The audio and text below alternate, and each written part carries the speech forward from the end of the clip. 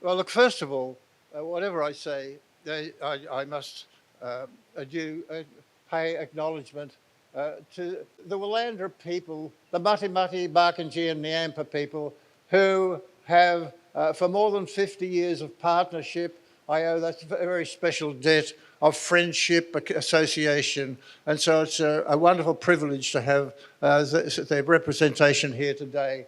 Current membership of the advisory AAG, acknowledgement of the past, present and future elders, and the images presented here will include some who have died and the images of graves are to be treated with dignity their sacred nature respects. So I'll go through very quickly. This is the first set of slides. We've heard quite a lot at the moment. We know where we are. We have already had the images of Mungo Lady. You don't need to see those again. We're going up to Mungo Man site particularly because in the Mungo Man site there is a sort of a little more detail to go through. At the tip of the cranium you've seen the exposure on that day to remove or not remove. Erosion, destruction would have awaited the complete erosion, would have completely removed the remains. There was no Indigenous person known to us at that time in that pastoral region of New South Wales, 1974. There was no obvious Indigenous people to whom we refer, but I've say in some ways there was no excuse to what we did. So it's in that context that I'll go back to this image of Mungo Man and the scraping away that revealed the remains. This image shown with traditional owners' approval, and it's an image which has a very special relevance to me. 50 years on my study wall in Melbourne, I have shared a session, a relationship with that man. We shared that amazing consciousness that makes humanity so exceptional in the biological world. The origin of consciousness shared by people right across the world, a very new geological invention. I'll come back to it later, about 300,000 years ago in Africa. But here was this man, a man like me. He was probably a husband, a family. He suffered from sciatica on his right arm, the evidence of an anatomical examination, but for 40,000 years, an intense spiritual relationship with me and him on my wall. We talked to each other. My grandkids at one stage says, does Grandpa really talk to Mungo Man? The answer to that, of course, is yes, I do, and he talks to me. But the time has come now, I think in this latter stage of my life, there's a moment now which I need to apologise.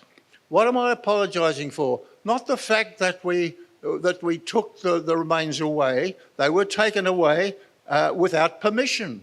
That is correct. They were taken away without permission. But I have another apology to make, and that is I was wandering over that landscape. I was uninvited. I had no appreciation for the people who had been there before me. I was finding evidence, but I had no understanding of the depth of humanity that was embedded in that landscape. It comes to us today through the story of dreaming. And it's the dreaming story now that I want to contemplate on to help unwrap in my mind what is a better understanding of who we were, what we didn't know in those days, and some of us still don't know today. So it's in that context I'll flip through fairly quickly the series, another photograph, but in this case it's the fireplace. that ritual anointing by fire, which we've celebrated out here today, that continuity of culture, which is the remarkable expression of the results of science, the creation of the national park, the first involvement of the local Indigenous owners, some acceptance of the scientific results, but with a lot of caution. There was some optimism for future participation in that this was opening now for government funding, for the establishment of the national park, and it later to the World Heritage Area, options for future participation. So some disputes began to appear, and we'll come to those a little later. The ladies, peacemakers, the elder Alice Kelly, as Jason's grandmother, he's introduced earlier, with Alice Bugme, Barkindji lady, standing on the actual location of the remains of Mungo Lady. The ladies became peacemakers in the subsequent. But back to this ochre and anointing, it is that ritual burial and the notion of a grieving community connected with the earth, 40,000 years, a grieving community enacting the passionate, the pain and the humanity of that ritual burial. And that brings us to some details about what happened next. We're looking at here the descendants of the Mungo people today. They are connected to countries. The Aboriginal people today, that's their mantra of "we are connected to country." Now that's something which if I go back to the Indigenous people in the burial, that ritual connection of ochre and fire, they were making a spiritual connection with the land themselves. 40,000 years ago, they were connected to country. To find now, today, the cultural continuity over 40,000 years, to find those descendants today, in a sense, enacting the same sort of ritual that was there 40,000 years ago, the same psychological and spiritual continuity. There's nowhere in the world that has that continuity of people in that spiritual sense over 40,000 years. There were some protests for reasons which we'll come to in a moment. The removal of Mungo Man, people emerged, Indigenous community came back and said, look, you're only telling us what we already know. That's our dreaming story.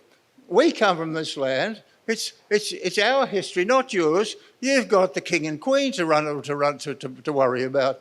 The bones were taken without permission. So this is a violation of our dreaming. So that was a violation of our dreaming. In those days, what are we talking about? This dreaming. It's our British tradition regards that as a bit of fantasy. Doesn't really matter to us. So that then began to observe what was happening at the Declaration of World Heritage. Those voices of the past. You're only telling us what we already know. Sort of stick to your history. So that then set up was a bit of a proposition to me. Science had encountered the dreaming, and so what was this dreaming? My learning was about to begin. I had then a lot of homework to do. So it's in that context the voice of Bill Stanner has been mentioned by Jason. Stanner, the interpretation by Stanner, it's a cosmology, the dreaming, a cosmology, an account of the beginning of the universe, a study of creation. It's also a cosmology, an account of theory of how what was created became an ordered system. Now, immediately, that's in parallel to what science is doing. And this is the story of the Indigenous dreaming. Meanwhile, science, without any relevance to the dreaming, is doing much of the same thing. So that then was expanded by Deborah Bird Rose, leaving the last word to late Galaweri Yunupingo, Australian of the Year, Chairman of the Land Council. I think of land as the history of my nation. It tells us how we came into being and in what system we must live. Powerful words. The unity of the land and people now in a sort of spiritual integrated sense. So moving on from that, going back to the ceremony of the 40,000 years, the mourning, the ritual burial, who were those people? Jason has mentioned before a requiem worthy of any cathedral. The Mungo Man spirit-nature connection. I'll skip some of that other stuff to go to the real stake. Those people 40,000 years ago drove a stake into the ground. This land was long occupied, long named and loved. A stake into the ground to ensure that that memory would be preserved long after their death. Their connection to country. Now that raises that question of where do we stand and how do we move on from that? The damage that was done in the 1788 arrivals, I won't go through that in detail. We can all imagine the pain and now the after effects of that arrival. We seek their assistance now to restore that they had that spiritual link with Australia. And in that context, I think we go back to Bill Stanner to I'll just explain in more detail. We're faced now with a challenge. The Aboriginal people say to Bill Stanner, white man got no dreaming. You mob come here, you study us, but you don't know what it's all about. White man got no dreaming. So in the centenary of the 1988 bicentenary, the 1788 bicentenary, Marcia Langton and another Indigenous lady from the University of Melbourne, Lillian Holt, they were facing an audience in the Sydney Opera House on the eve of the bicentenary celebration. Lillian challenged the audience to these European ladies or Australian ladies, saying, you don't know who you are. You don't really understand who you are. So that challenge, that was a response to which we now seek to find an answer in the sort of process that we're going through today. It comes now to these two communities uneasy with each other, with huge gaps between. The death of spiritual connection, which was ours. My Irish ancestry, my father and ancestry, they were connected to the Celts. The Celts in Ireland were connected to the land. The land was animated. We've lost all that through the Enlightenment. Science and some mistaken religion has changed all that. We came now with that European sense that we are masters of the country. We are not connected with it. So that is the challenge we face. I see it now as between non-Indigenous and two Indigenous, two shops selling different products, each reaching out to the other.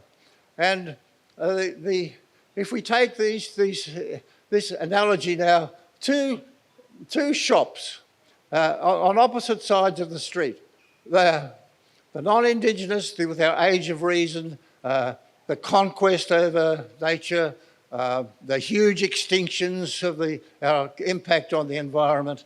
Over on the Indigenous side, dreaming, spiritual foundation, empathy, companion relationship with animals. Meanwhile, these two voices are sending out statements.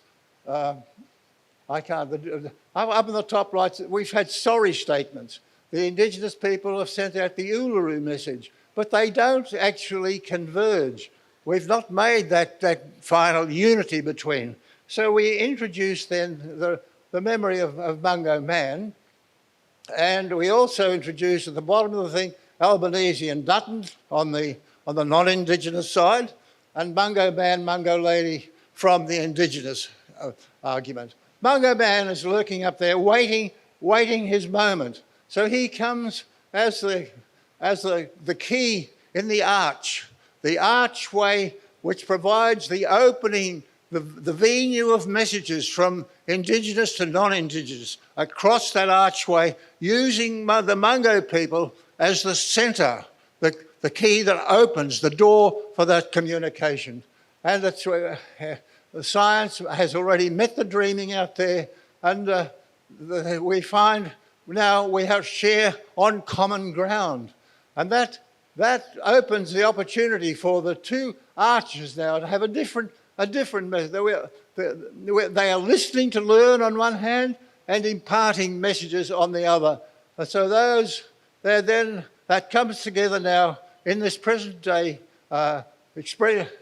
desire to seek unity of these two contending groups in the country that we share. And I think that's really where we are today. And it comes back to the stake in the ground that was planted by those Indigenous people 40,000 years ago, the stake in the ground of the land that was long loved, named, and now shared by us all today.